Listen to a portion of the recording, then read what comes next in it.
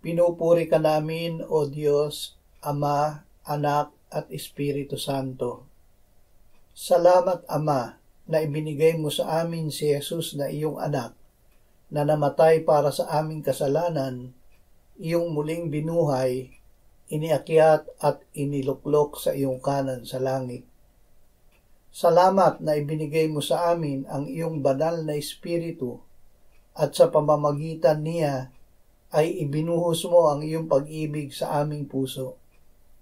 Panginoong Hesus, nang marinig namin ang iyong salita, ay nilikha mo sa aming puso ang pananampalataya na ikaw ang Kristong anak ng Diyos na namatay at muling nabuhay.